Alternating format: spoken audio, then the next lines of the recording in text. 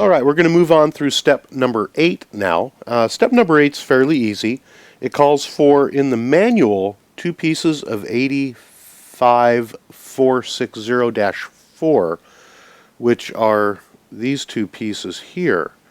However, I believe that that is a misprint in the manual because it is actually on this tree right here that has your servo arms and whatnot, and that is 85414, and that's 2 part number 4s that were located on that particular tree. So if you can't find it, double check, look in your Ziploc baggie with all of the servo horns on it, and those are going to be the proper pieces. We went ahead and saved some time by pre-installing our nuts inside of the units, and if you can see in your directions here it says ×2, so that means 2 units. Moving on to step number 9, we're going to go ahead and grab our front brace, which is the bulkhead, and these 2 units, you can see how there's a little protrusion coming out here and another small one coming out on the top. They've got the 2 little pop outs that are on there. You can see those. Those are going to slide up, and they'll only fit in one way, but those are going to slide up underneath and plug those 2 holes, just like so. And we've done this enough times that we've kind of learned a little secret here, and that is while we're doing this step, we're just going to use a little piece of tape, and it can be Scotch tape or electrical tape or whatever, and we're going to go ahead and hold that on so the nut's not falling out and the part is not falling off during this next step. We're going to repeat that process, put the second unit on as well. And you do want to cover that nut with the tape. So I didn't do a very good job on that one. It's fallen out. I'm going to have to reposition my tape here.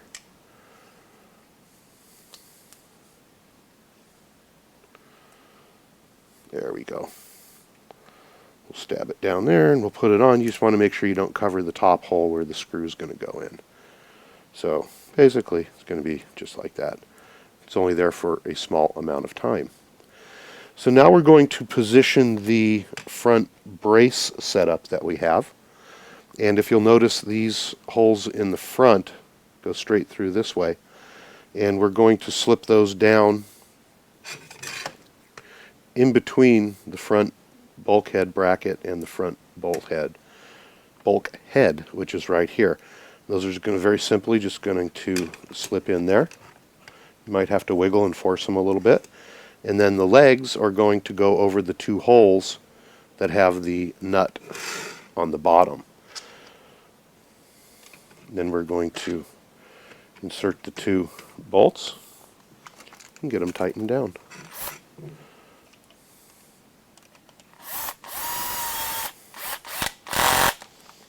If you're using an electric screwdriver, you want to make sure that you don't over tighten anything, so make sure that you have your clutch set properly. The way to set your clutch is to put it on fairly light and then grab a screwdriver. Once the clutch sets off, grab a screwdriver and tighten it up a little bit more. And if you can tighten them just a little bit, then you can go one more setting up on your clutch. So I'm at setting 7 and I had a little bit of play in there. So I'm going to go ahead and set it up 1 notch to 8, and then we'll test it again later.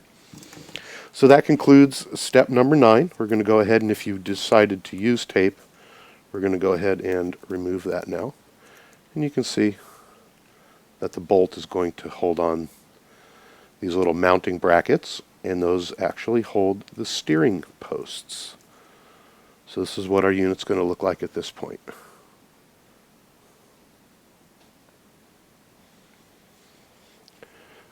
We're going to go ahead and drag out the parts and get ready for step number 10. And just a few notes on here. We are going to use the ball press, which is a tool. So we're going to take that out. And there are also 2 units. So if you look at your directions here, it says times 2. So we're going to go ahead and pull out the front A-arms, the balls, and the press, and start in on building our front A-arms. On to step number 10. We've gone ahead and pulled out the 2 lower front A-arms for our Baja. There's a lot of stuff on here that needs to be trimmed out, and I missed a piece there. So that the only thing that's here is what you see. There's a lot of internal bracing parts for molding and a lot of little tits on there that you have to take off. If you have not been shaving off your tree spars, you most definitely are going to want to do it on the ends here. If you leave them on there, it can cause rubbing and binding, so definitely make sure that you trim off any excess plastic that is on the end of the arms. We're going to use the ball press now. It's a fairly simple tool. The one thing that you do have to take note of, and it's very, very hard to see, we'll see if we can get a close-up here, is there is a little arrow on one of the legs. Can you see that little arrow there? That arrow is important. So always look for that arrow, and that arrow now is pointing back. When you put the ball press onto your A-arm, that arrow has to be pointing to the inside, and it's on this leg here. So that's how, it's hard to hold this for the camera, that's how it's going to look when you put the ball press in, and you put it in from the bottom. Now we're very simply going to take one of the balls and put it on top. And then we're going to grab our large pair of pliers. Going to hold on to it like so. And pop the ball in. Very straightforward. The ball should have play and should be loose. Let's do that again. Look for the arrow. The arrow is on this leg. That leg goes inside the A-arm.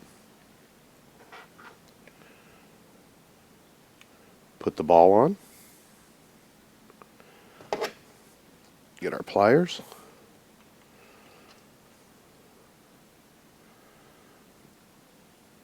And squeeze.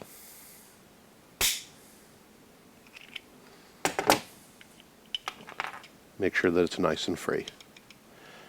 That concludes step number 10. We're making some pretty good headway here. We're going to move on to step number 11. So just as we always do, let's go ahead and get all of the parts that we need, and we'll get started.